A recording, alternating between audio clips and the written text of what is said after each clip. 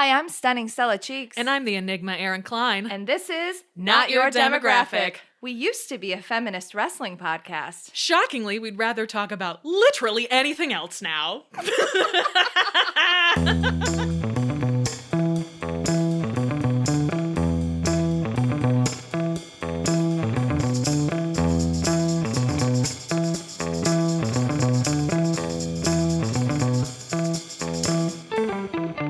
Hello and welcome. Hello and welcome. This isn't a feminist wrestling podcast anymore. I guess we play the kicker at the beginning. The kicker. I think we just say hello and welcome. We're still remembering how to podcast. It's been a minute. It has been a minute. Theoretically, this is good sound quality because we got a new board, but I figured out how to use it about 30 seconds ago. So perhaps this is also still bad audio from our backup, but perhaps it's good audio. Ooh, only you will know. Yeah, we'll see. Welcome to the podcast. Look, we said we were going to do it and we did it. Yeah, exactly. We followed up already one more time than we did last time. We said we were going to go We're monthly. not liars This time. this time. Also, as you'll notice, this one is a week later than it's supposed to be. That's just because of wedding season madness. And next month, it'll also be a week late because we're not going to record the day before the election and release the day after because that is something we did before and it was not a great idea. We're not doing 2016 again. Absolutely not. Yeah, so we will be releasing Not Your Demographic in November, 1 week later or whatever. Yes. Normally our schedule right now is the first Wednesday that follows a Monday, which is like sort of weird to say, but then like last month we ran into Monday was a different month, Wednesday was a different month. So we're figuring it out. Yeah, the election is no. Something we're just not probably going to talk about. Nope. Let's hope. Let's hope. How are you doing? I'm alive. Yeah. Mm-hmm. Yeah, this wedding season, I feel like I'm going to be a broken record until November. But I am through the hardest weddings of the year. My feet will recover eventually. Yeah, I'm okay. I'm mostly just really fucking tired, man. Wedding season really, I know I complain a lot and people are like, oh, blah, weddings, but like until you truly work a wedding, I feel like it's just an extremely hard job, and my body is taxed and wrecked, and my brain is taxed and wrecked, and I am ready to hibernate. I'm gonna have a real bear-like winter. That's what's gonna happen. I'm excited to be a bear because you know who's got it figured out? Bears. Sometimes when you're really high, you come to like a deep philosophical meaning of life, and mine is You know who's got it figured out? bears. You know what they say about the desert? A lot of color. And they're right. Was that an Emily one? She's just standing doing like orchestration out towards the mountains, and then she put her hands on her hip like a stepdad and went, you know what they say about the desert? A lot of color. And they're right. Anyways, go to the desert, do mushrooms with your friends. It's the best. Yeah, I'm okay. So I think for the next couple months, I'm going to be like, I'm alive, which is good. Mm-hmm. That's good enough. That's good enough sometimes. Good enough is good enough. I'm not full of rage right now. I'm just more in that like. So nice. Not happy, but I'm not mad. I'm just like here to get my job and life done. I've had some nice things this month. I went to a pumpkin patch. I did a lot of things around the house that like brought me joy. Like, I think people with ADHD are probably familiar with like the doom boxes. I try and have doom piles, not doom boxes, because I try to leave my projects out in a place where I can see them over and over again so that one day I'll just snap and get mad and do them. And I got through a lot of doom piles. So that is very nice. I'm looking at my fucking insane fan art collage behind Aaron. That was a doom pile. So that's feeling good. I feel like I'm really like a bear prepping my cave for hibernation. Hell yeah. Also, I had like a pretty rough medical treatment the other day, and everybody knows this about me. I think that the most romantic gift you can buy somebody is a blanket. Think about it. It's the best. And I was having this pretty rough procedure that sometimes is okay, but then sometimes is really rough. And it was one of the rougher times.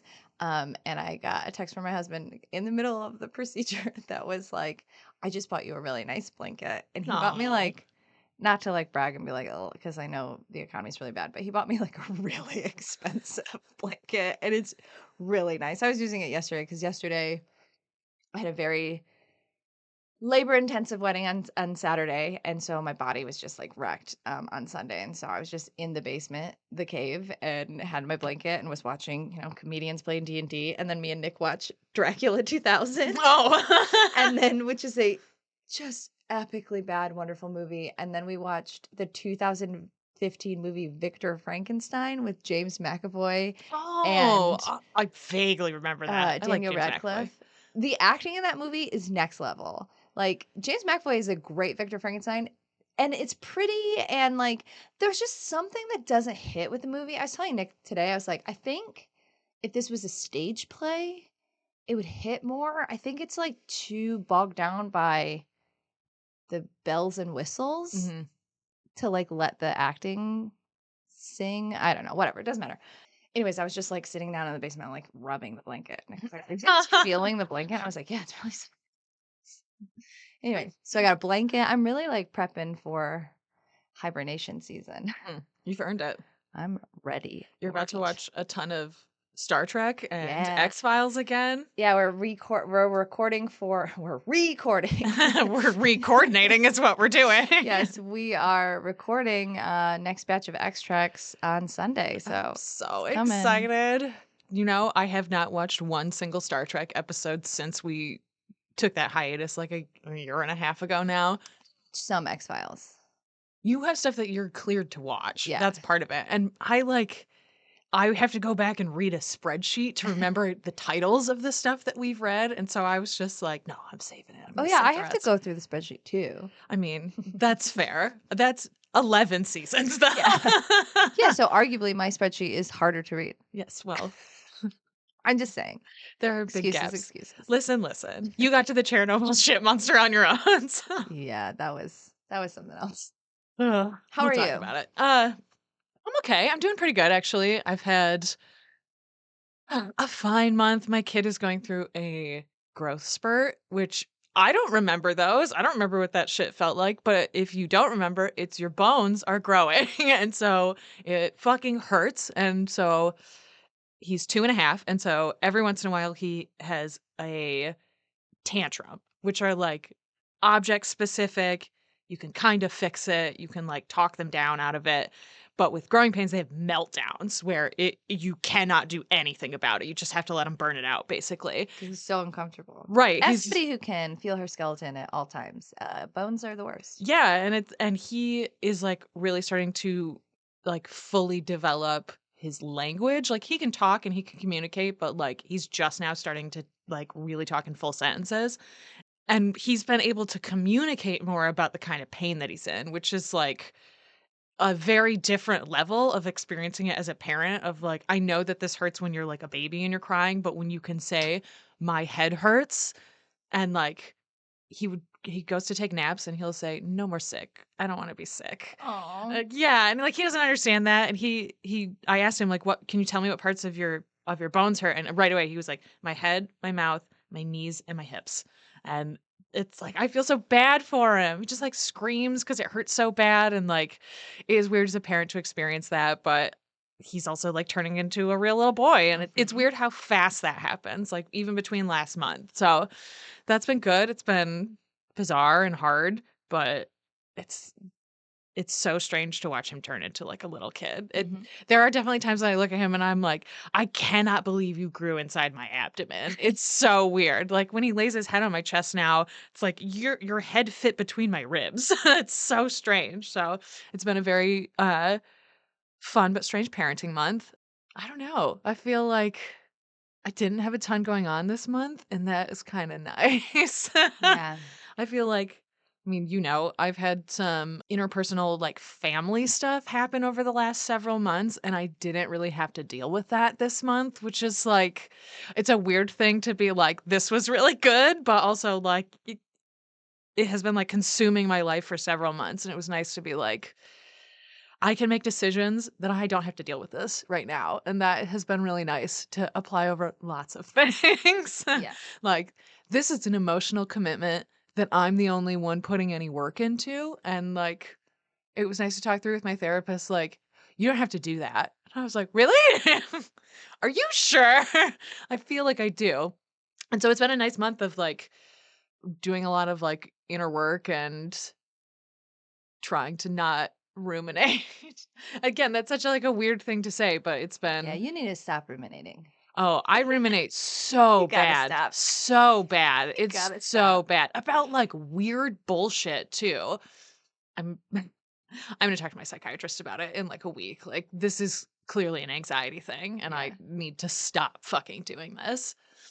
It's bizarre. It's, like, a strange thing that doesn't, like, actualize in action either. Even stuff that I ruminate and I'm like, "I'm so pissed about this." Like, it's sorta like having a meltdown, honestly. It's I've talked to my therapist about that. We haven't, like, actually talked about this on the podcast, but I was formally diagnosed as bipolar within the last year, and it's been interesting to talk through with my therapist about, like, watching my son have emotional growth and, like, figure out how to externalize feelings and how I feel that way a lot, having, like, started to take medication and being like, "Oh, not everyone doesn't have this, like, internal oh, no, that's a bipolar thing? Oh, okay. Great, great, great." And so it's been, like, an interesting journey to work purposefully on that, and this month has been a lot of that too. So, it's been a positive mental health month while also being, like, exhausting. It is hard to work on yourself, turns out. Mhm.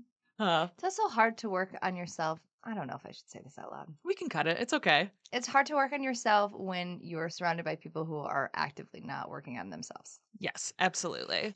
I mean, that is exactly what is happening with my family Yeah. stuff where, like, Because you just get to a point where you can't do anything else about it. And you're just absolutely. like, okay, it's like a crossroads. And you're like, okay, I just either have to make a choice to not engage with these parties anymore, or I have to have some radical acceptance. Yes, I'm definitely going through a lot of, like, determining if radical acceptance of other people's Hmm. behavior at what point is that a line that I'm not willing to cross anymore? Yeah. And this has been a month very much full of that. And, like, another, like, "Are you sure, therapist? Are you sure this is okay? I can do that?" Part of it is deciding, like, I have put in all of the effort that I can put in right now, and that means that I'm done being the only person in this relationship who's putting the work in about doing anything, literally anything, and, like, that's hard. But it has been nice to be, like, focused on that and thinking about, like, I do actually get to draw social boundary lines with people that I have, uh what's a good way to put this? A non-optional relationship with. That's, yeah, it has been an interesting month of really working through that, and, like, again, it feels weird to say that because it sounds very negative, but, like, any growth and, like, forward movement on that kind of stuff is important, and, like, Hmm. that's all mental health is moving in forward direction, which doesn't always mean you feel good. Yeah. That's again, internal work is hard and a lot of people don't want to do it. And so, like you said, when you're the one who's really doing it and you're watching other people not, it's hard. Yeah. Or like straight up say, I'm not gonna change. That's the hardest thing. When you hear that, does that mean radical acceptance or does it mean I have to draw a boundary here? It's Woo! hard. That's a heavy topic for the top. My rant is also a little bit of a heavy topic, but it's actually like a rave inside of a rant. Okay. Like one of those creme brulee eggs. I guess like mini rave before we get into books and whatnot is it was so nice to hear from everybody last month when we released the podcast. Like several people who have listened to us from the beginning, but then people who have just stayed with us. Like it was just nice to get that feedback across multiple platforms like Yes, it really was. Patreon, Discord, texts, like Facebook messages, comments of like, oh my God, I'm so happy you're back, or I was having such a bad day and I'm like happy to see this in my Yes. feed, et cetera, et cetera. So like that just felt really good and affirming. And Yes. it was also like, not your demographics listener base used to be much larger when we engaged in wrestling. Mhm. But then it became much smaller when we did it, which is fine. But it's just nice to see the like small community that we created together and that there are still people who want to chat and hang and just listen to us talk about whatever the fuck we feel like talking about. Absolutely. Yeah, it was really, really validating and affirming in a way that's like, we don't do this because we're like seeking validation. Like the validation is that we spend time together and we're friends and Yeah. this is a project that we enjoy working on. And like the validation is having done it and like being on the other side of having created it or like continually creating it, like Yeah. with Not Your Demo. And it is really nice to get like outside people looking in being like, this is awesome. I still really like this. I feel really good about being able to see you guys in my feed. Like, Yeah, especially because like there's so many podcasts. Like when we started in 2015. It's written on the 2015. wall. 2015. Obviously, there was still a lot of podcasts, but like between then and now, there was like a huge podcast boom, right? Like there was like a small podcast boom, and then like stasis, and then I feel like several years after we started, there was like even bigger, especially when it comes to like wrestling podcasts too. Oh, yeah. Um, but then just podcasts in general, it's definitely like a buzzword, and like the dentist office wants to start their own podcast and shit Yes. like that or whatever before everybody pivoted to video. um, but it is so like we're not necessarily like trying to like if there are more listeners, cool, because it's more people we can interact with and talk to and whatever, community, et cetera, et cetera. But it's not like we're trying to like make charts or whatever. Yeah, like we're So it's nice that everyone's not everyone, but like lots of people are still here, and it's just like a silly fun thing that we can do, and we can talk about literally anything Yes, that's nice, and I feel like because we part are of it. really just two people talking about nothing at this Right. point. It's funny because like, I feel like so many podcasts during that, like, big initial boom like, you sent me that TikTok the other day of you start a podcast with your friends, it's like no one has anything to say, and, Yeah. like, it's super bizarre, and then, like, the topics shift, and, like, we sort of started with that with wrestling and, like, really grew that form organically, which was nice, Yeah. and now it's like we've taken, like, a 10-year step backwards, and we're Yeah. like, "You know what we do? Talk about fucking nothing." There's a structure, okay?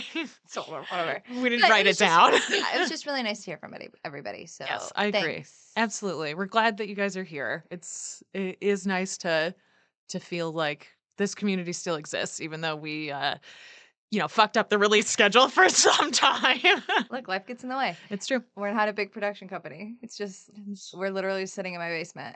it's true. You did build a podcast Yeah, studio. I mean it's cute. What else would I have done with this room? It's really small. I don't know, a guest room or an office, Would a bed even fit in here? a day bed.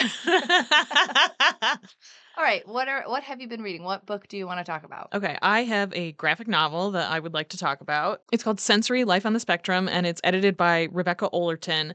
And it's a collection of a bunch of cartoons and graphic illustrations from graphic artists who are all autistic. And so it was an internet project many years ago, and now it's been like compiled into this greater larger anthology, and it was so good. I pulled it off of the shelf at the library when I went to pick up other holds, and I just kind of it's a bright yellow cover, and as we know, I'm super into yellow right now. And so I saw it and was like, "Oh, what's this?" And my she will not mind me saying this. My youngest sister was recently officially diagnosed as autistic, and she was like, "Ah, yes, this makes a lot of sense." And we were all like, "Ah, yes, this makes a lot of sense." And so when I saw it, I was like, "Oh, this is nice. I'll read it. I'll see if she maybe is interested in it." And so I read through the whole thing and I fucking devoured it. It was so good. There's so many like comorbidities between so many different Mhm. things, and so many people who are autistic also have a lot of like ADHD. There's a lot of people who are like also bipolar and have BPD, and it was awesome to read about other people's experiences that, like, pinged very familiar things for me, and, like, as I said, I'm recently officially diagnosed, which means I'm on medication now, and reading other people talk about both, like, the good and bad of being medicated for all kinds of other stuff was great. It made me feel very, like, I had talked a lot before in the past about like I was not feeling community a lot of time, even when I was like interacting with people who I loved and I cared about. Like there were a lot of things where I was like, I just don't feel like I'm connecting with the community at large about this for all again, all kinds of stuff.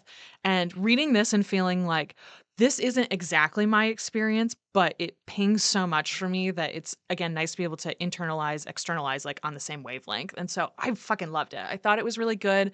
I would recommend reading it for neurotypical people to just kind of understand a little more of what neurodiversity can look like Mhm. against, again, like, a spectrum of different things, and also because it was, like, 30 different artists, like, the style changes a lot, some of them are only, like, a page long. It's very easy to read, like, a little as you go, and, like, that's part of me getting back into reading and not being in a slump anymore, is reading this kinda stuff, so I cannot recommend it enough. Sensory, Life on the Spectrum, Rebecca Ollerton, so good. And you, what have you come with? I wanna say what have you been reading, but that's not what we ask anymore because that's too large of a category. Well, I haven't been reading a ton. Yeah, so it's like hard. Like obviously I read my like weekly comics and stuff, but it's just hard to talk about those individually.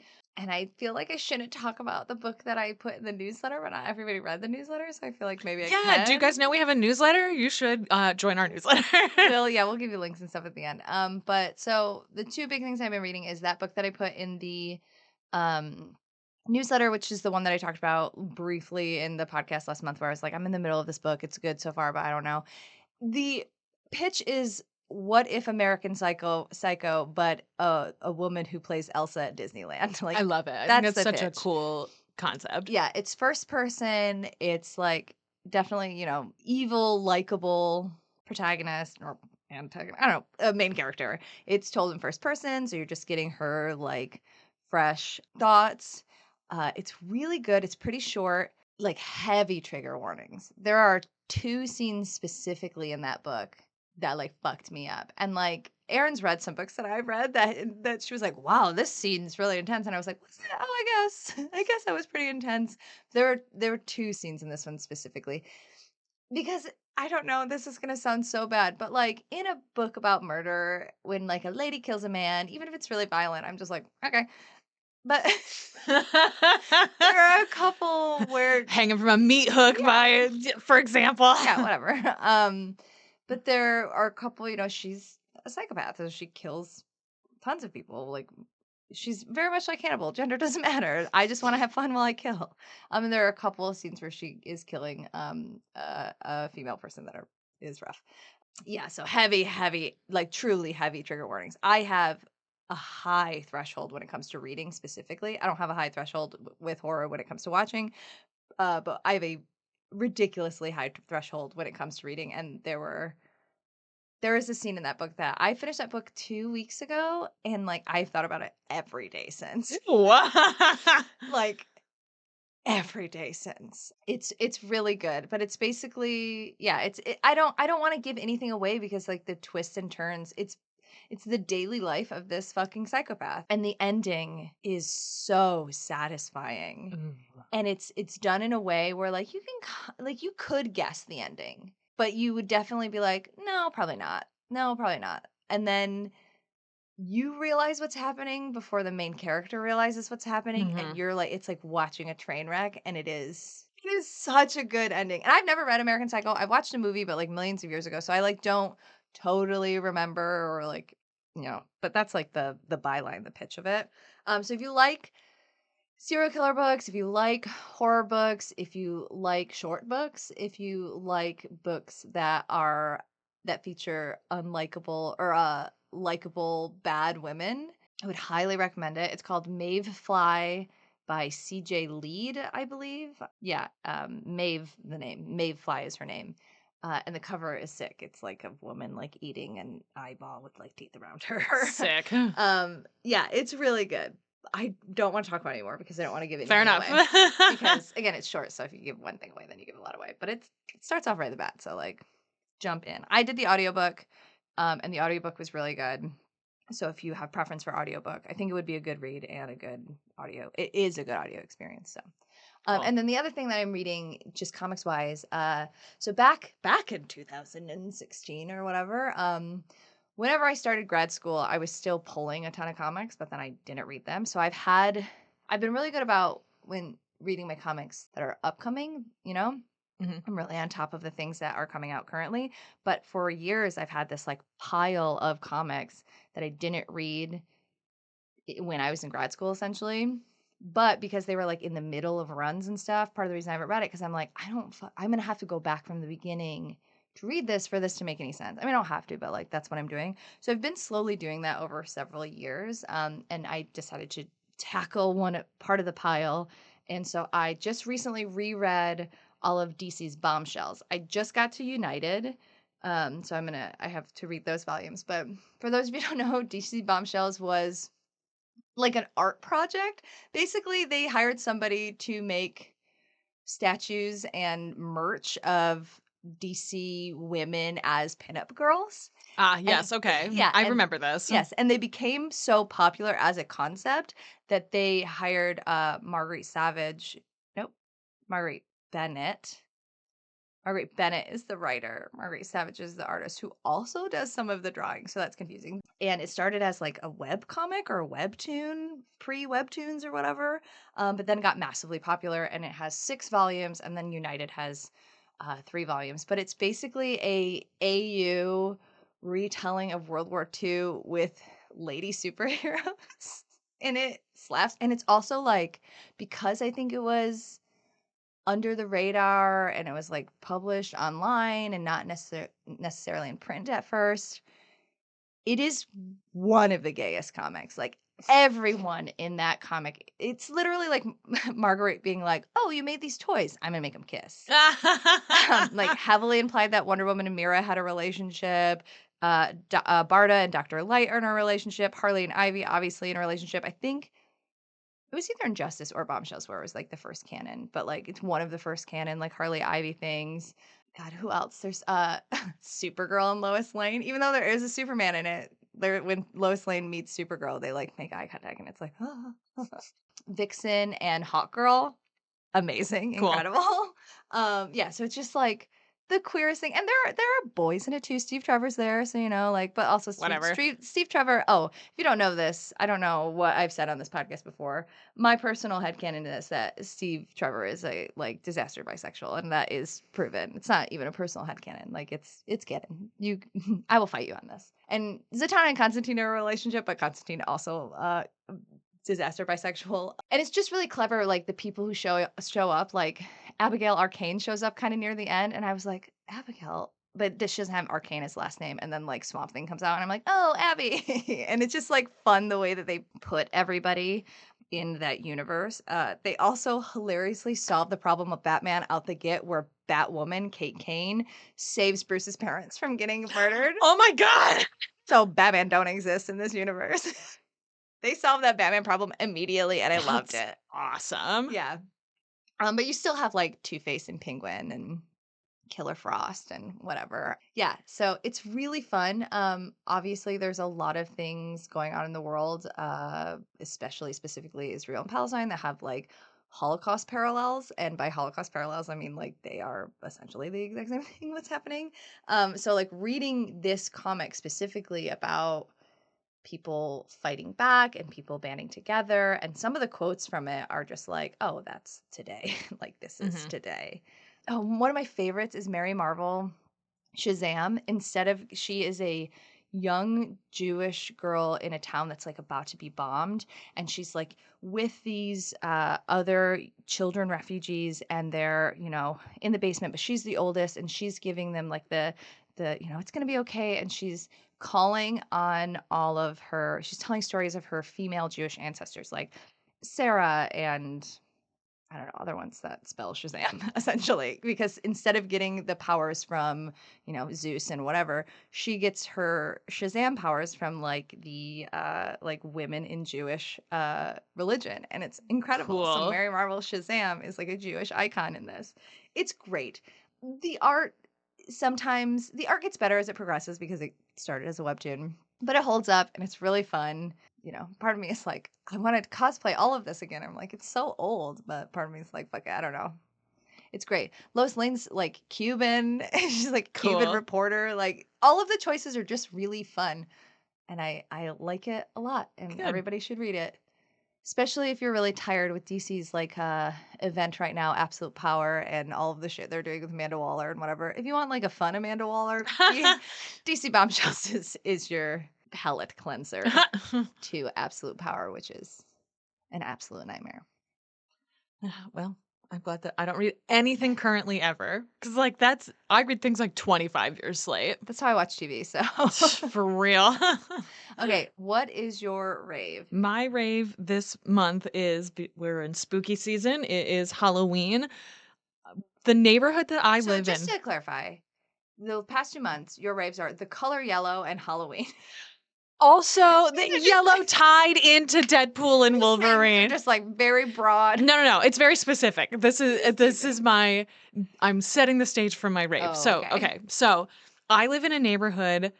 I live down a street that doesn't really do a ton of Halloween. A couple people put up decorations, but it's not like a huge deal. And it's because of the way that my street lines up, no one comes down our street to trick or treat. And so people don't really commit in the same Because way. why do it? Right, exactly. It's like it's just for us and the couple neighbors that are over here. And so my street has always been like that. I tried to hand out candy once and I counted and I only got 23 people and was like, this is not fucking worth it. I told my neighbor that and he was like, you got 23 people? I was like, well, is that a lot? Okay. But over from me, there's a much bigger street. And as you start walking down it, it just turns into fucking Halloween fest. Like, that is the road. We found this out on accident once because my husband and I were taking a car through to go to a magic show, I believe. His All right, Mulder. he was in he and the guy who was headlining the show did jujitsu together. And so afterwards we went back and he He's a was jujitsu magician. yes, and he worked in like a famous magic house in Vegas for a long time. Incredible. And so we were on Halloween, we were like, sure, why not? We don't participate in Halloween. We didn't have a kid at the time. I think I might have been pregnant. And so we go to this show and we're driving down the major road and we just watch it was like they bloomed. Every house got bigger and had more shit. One of the ones near us several years ago was featured in like the best Halloween decorations in the city where the zombies were like climbing into the window all over the house. That's over on this street very close to us. And so we're riding in the car and we were like, what the fuck is this? And so now that we have This is yes, it feels like Halloween Town. It's fucking crazy. And we were like, well, this will be cool when we have a kid because everyone just goes down the street. And so all of them have like a ton of candy. They're prepared for the load of people. And also, I won't say who, on this street is a Chicago famous and pretty famous musician. This is so weird. Because we've lived in the same neighborhood for a long time, he lives in this like very nice house and he and I don't think his band, but like some other professional musicians have like a concert in the backyard. And so it's fucking bumping. Literally the further and further you get to their house, it's like, oh shit, this is real Halloween. This is people who fucking commit, who have block parties every year. And it was like, they're like a block and a half over from us and we just never realized That's it. so funny. And so I love the month of October because it literally starts midnight. People go out at fucking midnight and start putting shit up. And it just gets bigger and bigger as you get closer to Halloween. And people do these huge fucking house installations. I Like, wish I had the energy. same. And like, there's a very big house like down a corner street from me who they've got one of those big ass corner lots where the yard is very big and they fill that shit with like 7-foot sculptures. Like they're all about it. And so as I like do my little mom walks in the morning every day, I'm like, ooh, they put stuff up. Ooh, they put stuff up. And it's just this like great build up to Mom walks. Halloween. I love Halloween. I like haven't been able to participate in the same way the last several years. And like this year I'm like, I'm going to parties. I'm having costumes. I'm going to look at these decorations and like it's just nice to have this like, oh, that's right. There's like a community in this neighborhood who like share this excitement and like It's fun. my parents' neighborhood that I grew up in is a Christmas neighborhood like that. And it's nice to feel like it's nice to have like a secular holiday that everyone's just like in on. And so I love it. I love the all throughout the city. And like I know so many people who obviously in other states who just love Halloween. And I think it's really cool to watch people spend like a whole month being like, this is my jam. I freaking love this. So that's my rave for the month of October is how much I love people committing to Halloween decorations. I like it. And yours?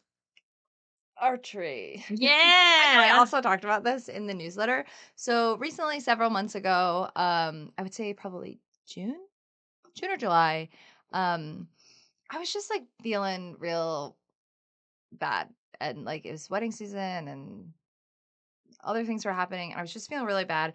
And two of my friends have a kid who is like 16, maybe a little younger, who has been doing archery for a long time. So they would talk about it, they would post about it.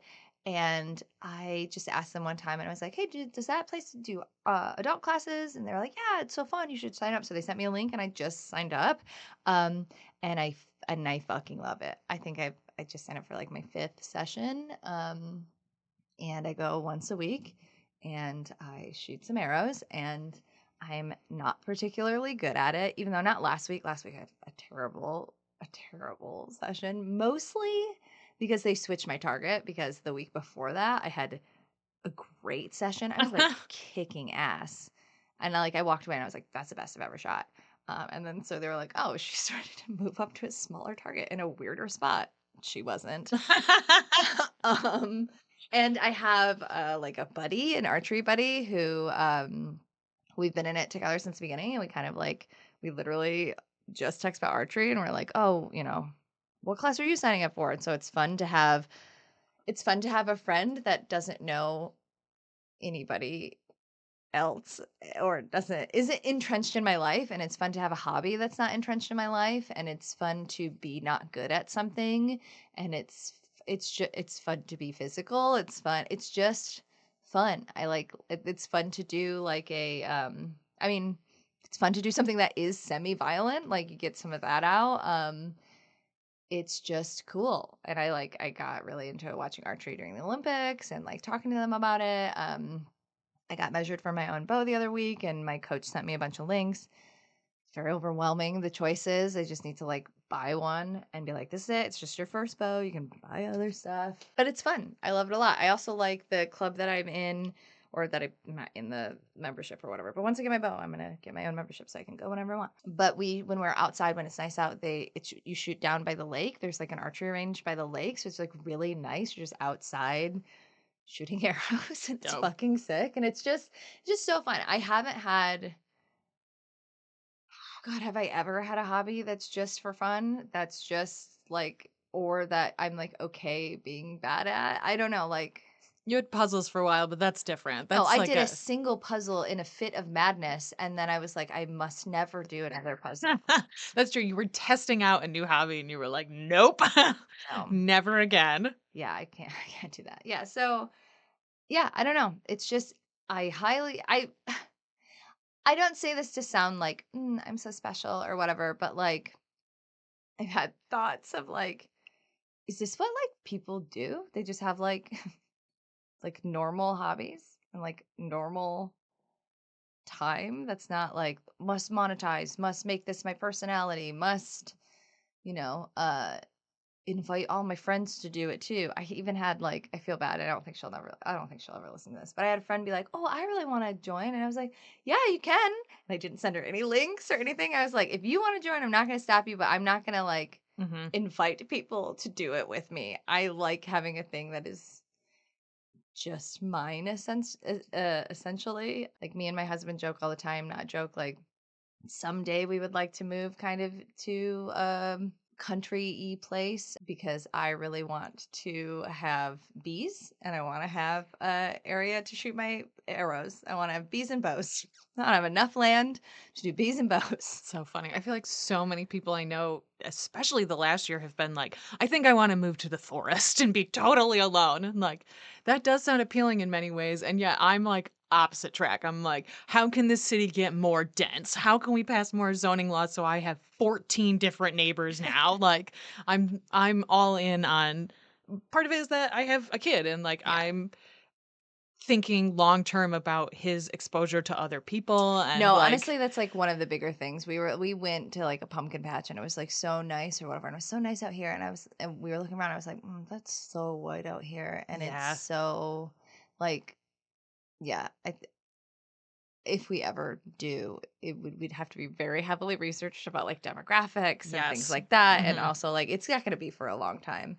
I just wanna have a place where I can shoot all my fucking arrows whenever the fuck I want, and I wanna have bees. And I want bees. bees and bows. That's it. Bees and bows. Uh, it's a life goal. Yeah. Anyways, I love archery. I'm not good at it, but maybe someday I will. Who knows? Doesn't matter. It's fun either way. The last week was rough. I was like, this is like bad because there's a coach. There's two coaches that are in my level or whatever. They're both great. They're both excellent, but like one of them makes me nervous and one of them doesn't. And it's really nice to get coached by either. Like the first time I got like real coaching, not just like classes or whatever. I was like, "Oh yeah, I remember this. This is a nice feeling from like sports and stuff. Somebody giving undivided attention, like helping you with something like this feels really nice and affirming."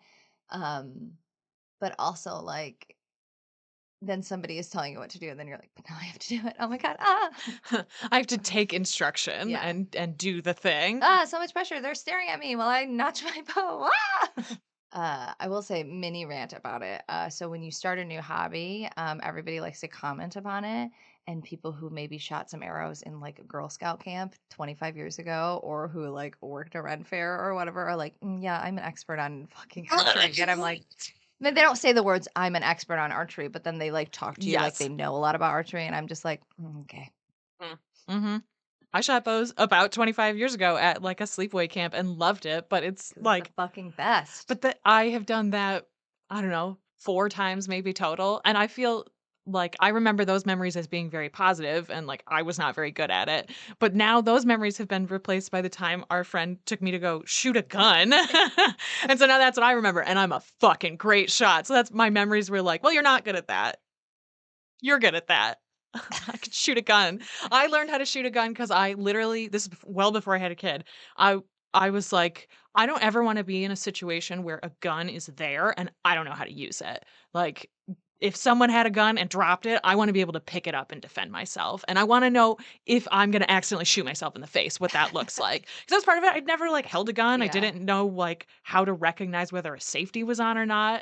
And it was great to go with her because she's a fucking expert. And she brought a she's insane. she was like, "Here's a good gun for you to learn." And also I brought this, and it was this big ass magnum gun, and I shot it once. It was like, "Take this away from me. I don't ever want to use this." But it's nice to know. It's nice to be Yeah. like, I could do this in like a situation. I feel like the idea of someone breaking into your house and you standing up on the top ledge and just like knocking them down with an Ranger arrow. style, baby. Hey, first D&D player character I ever played was a ranger, and I play a ranger in Baldur's Gate. I fucking love the ranger class. I know a lot of people don't like it, but I think it's fun as hell. And I'm a ranger to my core. I'm a ranger or a barbarian. Those are the two. I want to smash things and I want to shoot things. I have never once wanted to play a spellcaster. The idea of being a wizard in a D&D game is repulsive to me. It seems I like mean, I it's know that rangers have like healing word and stuff like that, but I feel like those are such different kinds of characters to play because they appeal to like, you know what I want to learn? A bunch of rules about how magic works and I can use it here. Or can I shoot them in the face with an arrow? yeah. Like, I like the classes like obviously barbarians don't have like any magic. I like ranger and I like paladin because it is mostly like a fighting class, but like you have access to some magic.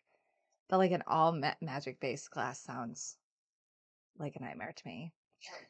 It's like a true nightmare. I don't want. most D&D sounds like a nightmare to me. No, it's fun. I know, but we've talked before, like everyone that we know has played for so fucking long and those games become inaccessible because it's hard to teach someone how to do something that you do on instinct now.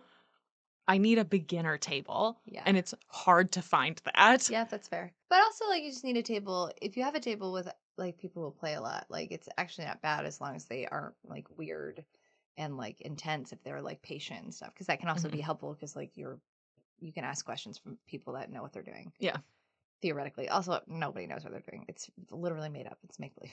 Doesn't matter. that's fair. What is your rant. Okay, so my rant also is going to come with a trigger warning. I'm going to talk about weight and about eating. And so if you do not want to listen to that, totally fair. You should skip through this. This is uh, a brag inside of a rant. So it is a positive one. I don't want to just go in and be like, let's talk about dark shit. That's not what this is. So I've talked about this a lot on the podcast before, but a thing that I'm very open about is that I have an eating disorder Mhm. and have for long enough that it could drink. I'm pretty sure if I went back and did the math, I'm almost positive. Uh, and so I have been in remission's not the right word, but like I have been in like a recovery mode for many years. Mhm. I have been very good about identifying triggers and not doing them for a really, really long time.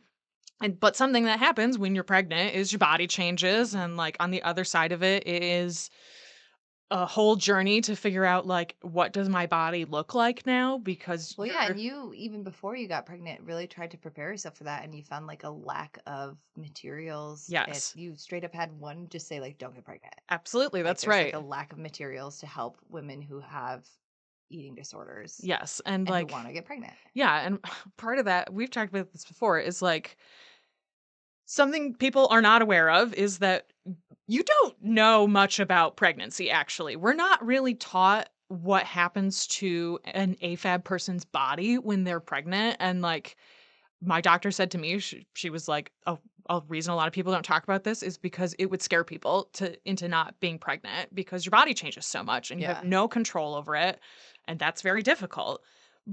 But another thing that happens is that you hormone dump at the end, and so basically your body's like, "Forget about it. You wanna have another kid, you wanna do this again." And so it's hard when you're in it to think like, "Okay, this will go away at some point." And so after I had my kid, I put on, I think 50 pounds from, like, day of day to confirmation. The date of confirmation until actual birth. I think I gained, like, 55 pounds. And so afterwards the baby and the goo is like 30 pounds. And so I wound up, or like, I guess mine was 20. I wound up at like 180 pounds. And I had not tracked my weight for many years, a really, really long time, because that was very triggering for me. And so I was aware of it and I knew like my body is adjusting. I kind of want to know what clothes I wear now. That was a huge thing, was having to go through and like I got rid of like 90% of my wardrobe because it just was never gonna fit me. My rib cage reset 4 inches bigger. And like that's just how it is now. My shoulders are so much more broad. And so I got rid of a bunch of clothing.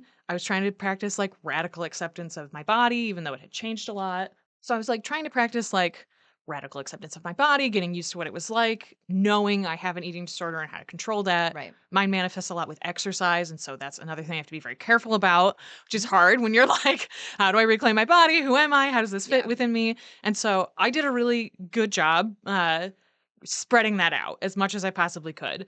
I went through some mental health stuff. I was diagnosed as bipolar. Mhm. And on the other side of that, again, like trying to come to terms with my body was hard. It's super hard. And then a bunch of shit happened. A bunch of not great personal, interpersonal shit happened, and all at once.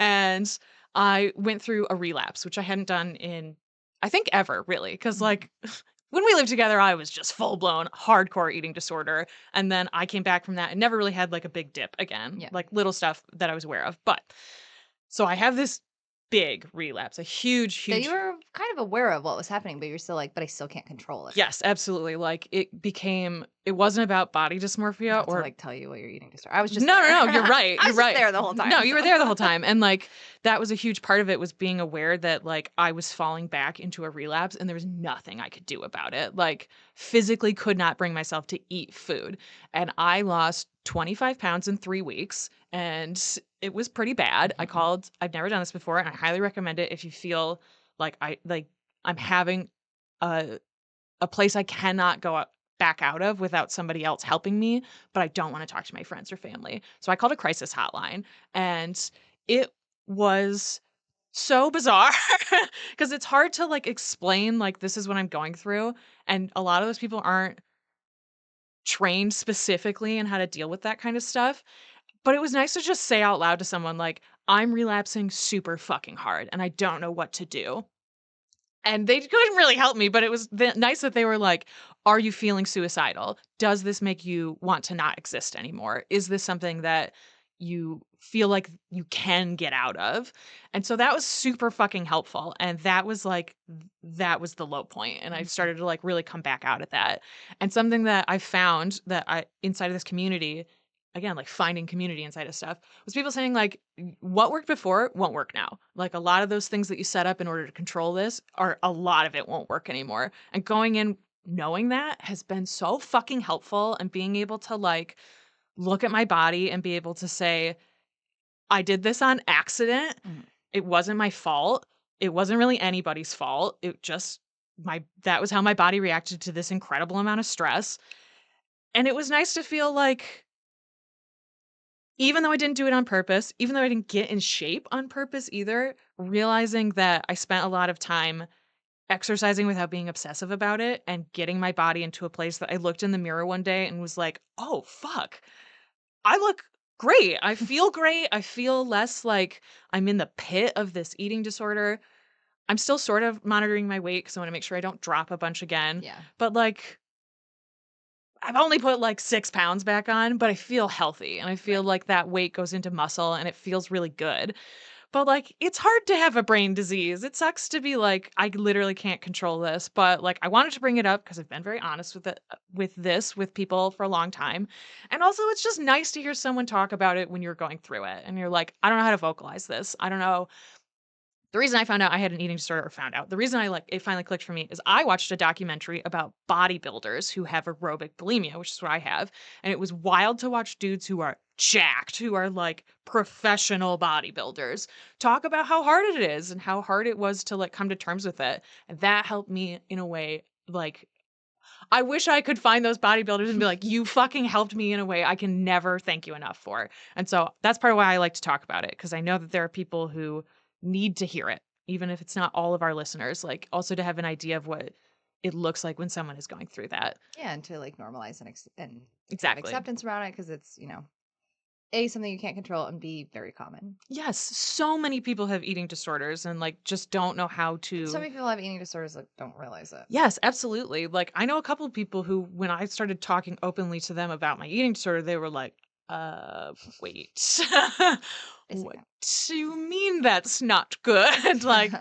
so that's also very helpful. So that's my rant, having this uncontrollable condition, but like, I feel very proud of myself that that I could recognize that and I could work specifically on it. So I'm very proud of myself, but I would like to say fuck you to my brain. All right, what's yours? I'm sure it's less heavy. I'm glad we started with mine. I don't know if it is because I can't really think of anything. So, I mean, obviously, there are really big things to talk about, Yes. but I'm just gonna be straight up and be like, not emotionally like stable for that. But if you go to our newsletter or things like, we put a Mhm. bunch of like links to donate places, and I feel like everybody knows where we stand. Yeah. I mean, yeah.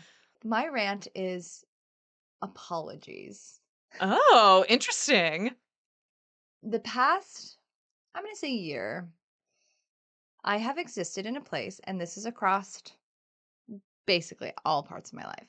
And I know it's not just a me thing or whatever, but I don't know if it's a post COVID thing. I don't know if it's like a selfish internet age thing. I don't know. I feel like there is a rampant ask for forgiveness, not permission situation happening in a lot of like personal relationships, not just like professional relationships. And I just wish that people would be more aware of their actions and the things that they say before they do them instead of always relying on apologies. Because apologies, while good, I guess theoretically I would rather receive apology versus not receiving an apology. There's something about that apologies that put the pressure back on the person who is harmed. Mhm. Right? So 100%. now I'm in a position where I can either forgive you or I cannot forgive you. Mhm. And Mhm. that's not fair, actually. Mhm. Um, and I just feel like, again, in the past year, I have been on the receiving end of a lot of apologies.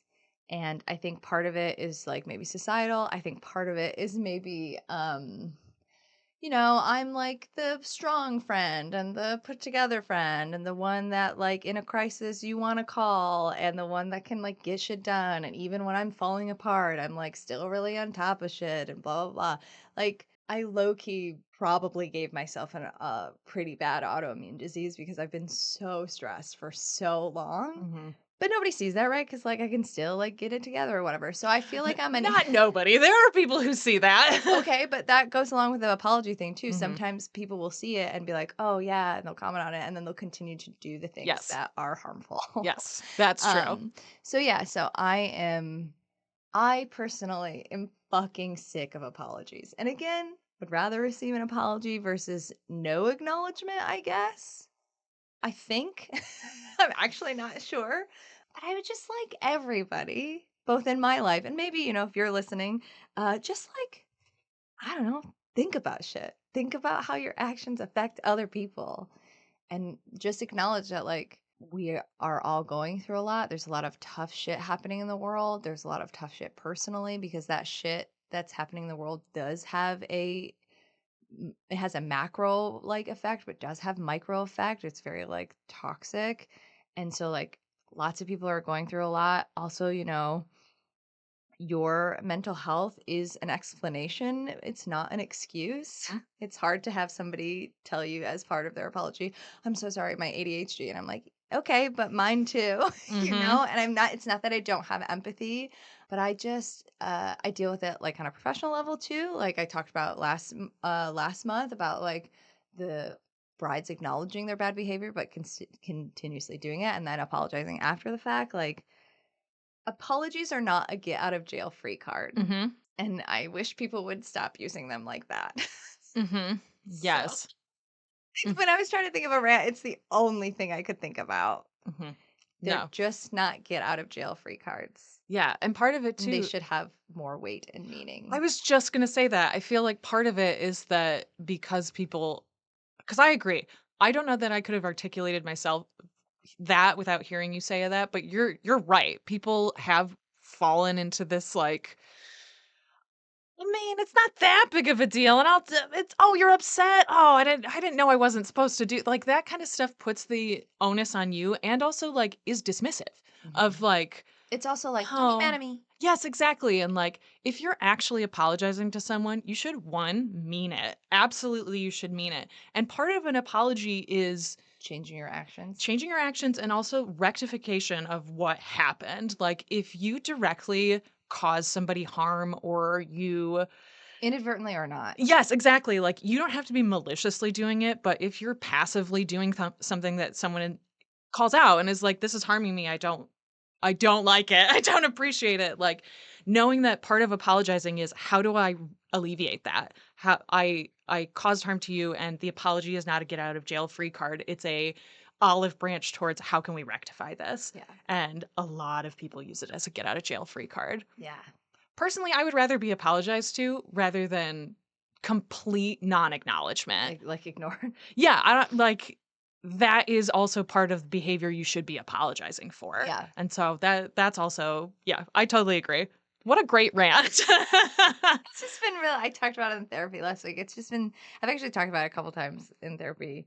It's just, I'm to the point where I'm going to start being like, I don't accept. And I don't think people are No, they're not. They're prepared fucking for not. that. I've said that a couple times in the last year. Like, you have shown so much growth. Like, Alexis, sorry. That's okay. Everybody knows my name. Okay, I'm sorry. not weird about I it. was like, oh, fuck.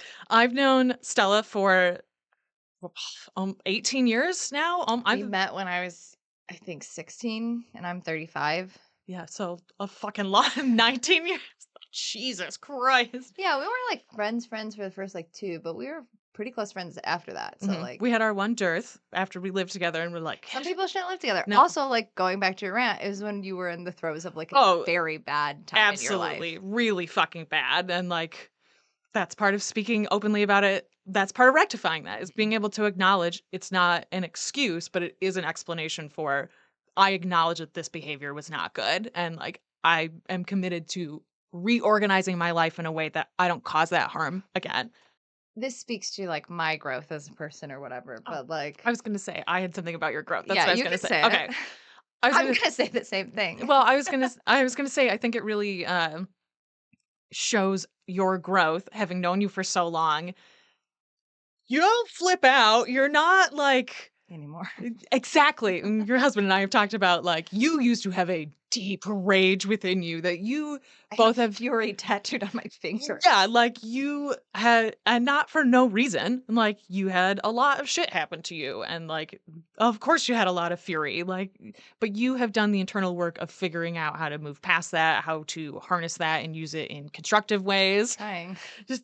But you're working on it. Again, it's like acknowledging Yeah. that you need work, and you're actually doing it. Like, Yeah, I mean, if all the stuff that happened to me to 2024 Stella happened in 2000 and I don't know, 18, it would have been a different story. mhm, absolutely. And so Would have been that a real different story. and I said too, well, this last year, several times, well, this last year has been urine, that like people from our hometown still remember that time in your life. And like So that was like that was like 2000 and like nine, 9 yeah. to like 12 or whatever. Yeah, like that was real rage. You tried to flip a table. Like Well, that was like 2012. no, it wasn't. That was like 2010. No, because we were at Loyola. Yeah, I moved in Oh. 2010. Well, the table was nailed down because we were at an Irish bar and they know better. Yup. Yeah, like, people remember that, and so when things happen here in our social group, there's a couple times where I'm like, "Is it now? Does she snap now? Is okay." So, I think that that's also good. You have, like, really worked towards, "I'm not gonna snap right now," Yeah, but I'm like a bear. yes, exactly. You can just kinda loud clap and you're like, "Fine, whatever, I'll, fuck off, I guess." But man, you poke a bear, you get near anything that bear cares about, you can't run, there's nothing you can do. Yeah, so that's my rant. All right, fantastic. Now it's time for our game. Now that we're back, or our questions or whatever, now that we're back, if you have Peg Mary Kills, if you have questions, if you have games, like you can us up on our Discord. You can email us, whatever works. But right now we're just still working off the big stack of We have questions. so many. So 1 through 27. Yeah, 1 through 27. Let's say 22. 22. Okay.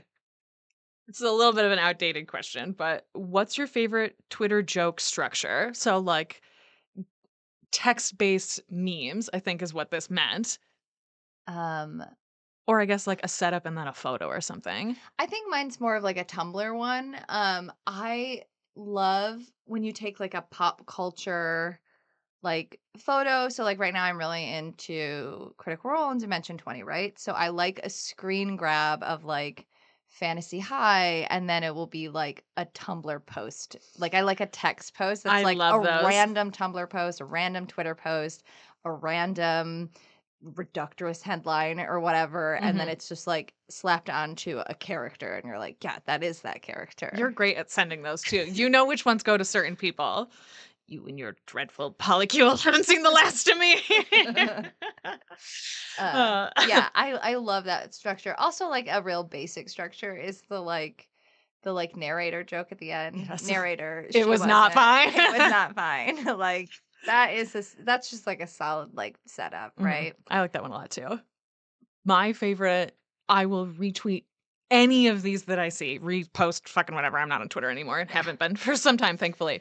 Uh, but I love a good plum in the icebox joke. The William Carlos Williams. This is just to say I have eaten the plums in the icebox that you were surely saving for whatever.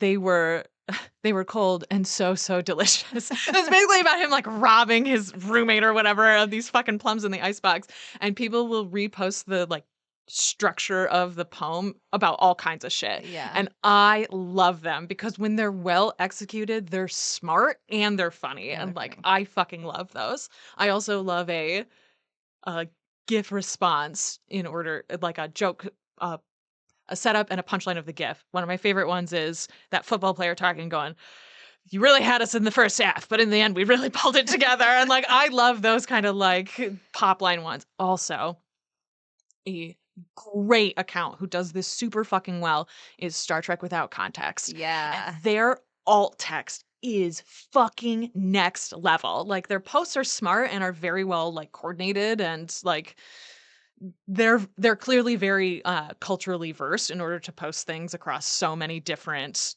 Star Treks that also relate so closely to Ridiculous. things that are, like, happening, which I love. But their alt text is incredible. Like, they tell jokes within that structure. They are really good about descriptive, funny ways to view the screen, especially as someone who's never seen the show. Like, cannot recommend it enough. It's such a good structure that I feel like has really bloomed out of people using alt text and making things more accessible. Yeah. Also, I kind of like that people who use screen readers get this like better joke sometimes. I think it's like a nice reward. Yeah, that's funny. I don't think I've ever really looked at their alt text. Oh, you should. The last one that I remember was Spock and Kirk standing on the bridge saying something, and it opened with, "We're on the bridge. We see Spock and Kirk, famous coworkers." Very They're funny. so good at it. I love it. What I mean, this kind of goes into the end credits or whatever. But like, what social medias are you on? Okay. Not just for like, this, but like, what ones do you even use? So like, I am on Blue Sky, but I barely post. I am, I am an expert level like lurker and reposter on Tumblr.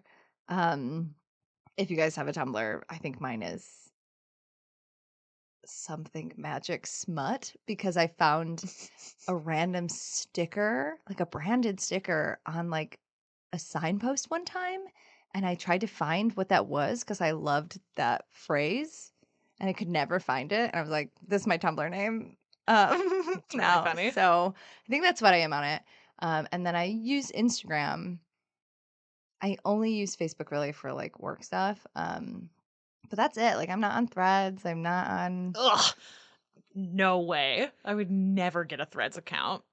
No, thank Isn't you. it just the same No, they as? strip all politics out of everything. Oh, So there's like a fuck that. huge censor on what you actually can post, which fucking sucks. That's dumb. That's stupid. Yeah, because we both deleted our Twitters. Sure did. Nuked the fuck out of that. Yeah, feel great about it every day. Me too. Um, Me and too. I just haven't had the energy to like recommit to Blue Sky. So like maybe I will. But those are the only ones I'm on. But I'm mostly just fucking bored on Tumblr looking at like Spock and Kirk kissing and stuff. And honestly, like going back to your last question, one of the best things about the internet slash Tumblr is the fucking hashtag comments. Yes. I love the posts that are just like, "Why would you hide this in the comments?" And then it's just like a screen grab of like a really like smart take, or funny take. Actually, one of my uh, co-students, I don't know the word, in grad school, did her entire dissertation about um, comment, or not comment, hashtag like poetry and like Oh, people who write poetry in the hashtags about posts and like what the like language of the Tumblr hashtag is, which is fucking interesting. cool. It's really sick. I think that's like so brilliant. That's But really anyways, cool. like Tumblr is a minefield, but is amazing. I don't know. It survived them trying to shut it down, and it's the people who are still there are still there. I tried to use Tumblr many years ago and was like, this is not the internet culture for me. I don't know how to lurk It well might enough. be now that you're like more into capital F fandom. Yeah, that's true. Yeah, part of it is that I just don't know where to You lurk. just have to like follow, you have to type in the fandoms that you like and you have to follow them. And then as the suggesteds come up of like fan art or memes or whatever, you're like, that's funny, follow. It's just like the rest. Hmm, interesting. Okay. I don't really like engage with other people on it. I don't like really post stuff. I think I posted like one Van Helsing joke that I thought was funny. That no one else thought was funny. But it is funny. Yeah, what social media are you on? Okay, I'm on Instagram, which I use pretty heavily now Yeah. in a different way. Like, I'm much more engaged in like the stories rather than the posts. And I like, feel like most people are. yeah, I think that's why I started doing it is because when I was originally on Instagram before I took my decade long hiatus basically, it was all posts. There were no stories at the time. And so like starting to use it a couple of years ago, I've really fallen into doing more of the stories, which I Mhm. like a lot. But a lot of that is also promotion. A lot of that stuff is repostings of not your demo production stuff and Plan 9 stuff that's coming up. A So lot of it is just selfies of yourself, which is fine, yes, which is totally. good. Yeah, But I'm just like saying it's not like all promo stuff. It's still worth no, I mean on following. like my main feed. It's Oh, like main feed. We're not talking about yeah, no. stories. That's what I Yeah. mean is like my main feed is totally different than it used to be. Where my stories is like the selfies and like weird shit I see on the side of the road. On my mom walk at like a dead end that I go down, a giant branch fell off of a tree several months ago and like I turned around and saw it and was like, oh, my fucking guy like scared the shit out of me. And then a couple of months later, recently, there was a huge storm and the like a huge part of that tree broke off and fell on the iron gate around the yard and it fell so hard it dented it like a foot down. And so now I walk past it all the time and I'm like, hell yeah, this fucking thing rules. Snap. And then those go into my story. Also, all of my clothes journey from having gotten rid of my entire wardrobe and rebuilding it. A lot of Yeah. that I posted through there and then put like a highlight on my actual page. So yeah, I use that. I am on Blue Sky. I love Blue Sky. It is early Twitter, and like Yeah. I I feel like fucking missed that. if I had maybe in the winter in my hibernation, I will re-engage with it. I just like can't. Like you said, you don't know who to follow or whatever on Tumblr or whatever, Mhm. right? You need to put in the effort to make your feed what you want, and I haven't Yes. had the time to do that. Yeah, the nice thing about Blue Sky is that there is no algorithm. You see everything in chronological order Yeah. of the people that you follow. Also, one thing I really like about Blue Sky is that when you retweet something or repost something, it's gone. You don't see any notifications about people interacting with that post, and I love that. I Yeah. only want to interact about the things that I'm posting and how people are interacting with it and talking to my friends. Like that's all I want to do. And so I love that Blue Sky is good for that. But like part of it is you have to go to your friends, look through their follow list and be like, oh, this person. Oh, hey, I remember Yeah. that. And like that's an active process. I follow a completely different audience than I did on Twitter. And I like that. I also engage in comments more because that's the vibe of Blue Sky is everyone just kind of talks to each other. Yeah. And like I was never like that on Twitter. Absolutely, that's a fucking minefield to never go into. But I like that on Blue Sky it's just like, oh, this is a person talking about a thing that like I've experienced and so I'm just going to throw this thing up there. It's really nice. And you interact with like such a wider audience of people that way too, which is cool. So that and then Discord.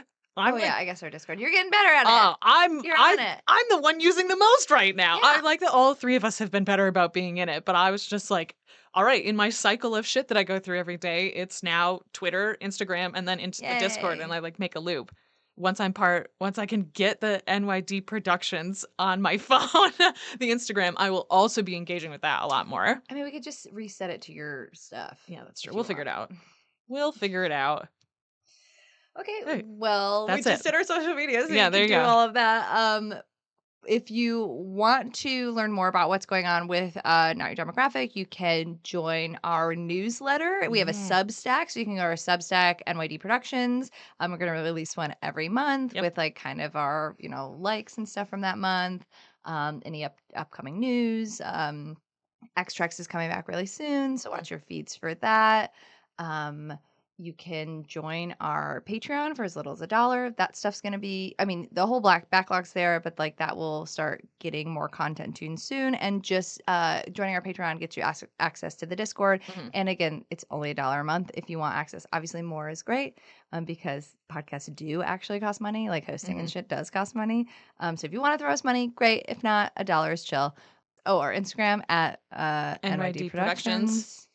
That's really it, right? Yeah, I highly encourage people to read the newsletter. I had a fucking great time Yeah. writing it. I'm in charge of the newsletter, so that's the vibe. Newsletters are great. I like them. So I was happy that we had one because it was fun to just be like, I'm into this. Here's a funny TikTok, whatever, whatever. Yeah, it was cool to see that all three of us like gave different both a wide variety of topics that we were all talking about that were pretty different from each other, but also like the format that each of our us did our sections in. It like that's the whole thing with a newsletter, right? You are engaging with a personality of a person and being able to be authentic in a newsletter is hard and is also really rewarding. Yeah. So definitely check us out there and then, interact with us on any of the personal socials we just talked about out of just curiosity. Yeah. We'll see you next month after the election. Don't forget to vote. Voting doesn't fix everything, but it's so important to do it. donate money when you can. Mhm. Vote down ballot. If like, I totally understand not wanting to vote for president. Fucking lots of good reasons not to Yeah. do that. Everything down ballot is fucking important. So like, please vote down Local ballot. politics are important. Local politics, Presidential, whatever. Local politics, really important. local politics become national politics, and especially with the utmost fuckery that's happening with the courts in the United system right now, a lot of judges are elected. Look into who you're voting for. Yeah. Please do that. It's not a black and white issue, but it is still an important issue. Absolutely. Yeah, and again, lots of devastation. If we have any listeners in Asheville or anything, our heart goes out to Oh my you. God, I know. We'll definitely link some organizations you can donate money to if you have the resources. That's in the newsletter. I included a section at the bottom that links to like a main grouping done through one of the newspapers in the city in Asheville too. So And I think, if I'm not mistaken, if you sign up for our Substack, you can read our old newsletters. yes, absolutely. So even if you didn't get that one, you could find the links there. Yeah, it's all on our dashboard. You can see all of our stuff. So that's part of joining the Substack. Yes, part of joining the Substack is that they will ask you if you want to donate. We don't have that linked, and like, don't give us money through Substack. You should go to our Patreon because you get, first of all, way more content, and also like, then we're not paying a fee to Substack in addition to our Patreon. Yeah. Okay, that's a lot of business. Business. Ooh. We'll be back next month. We'll see what happens. Good luck, everybody. Have a Wednesday. Have a Wednesday.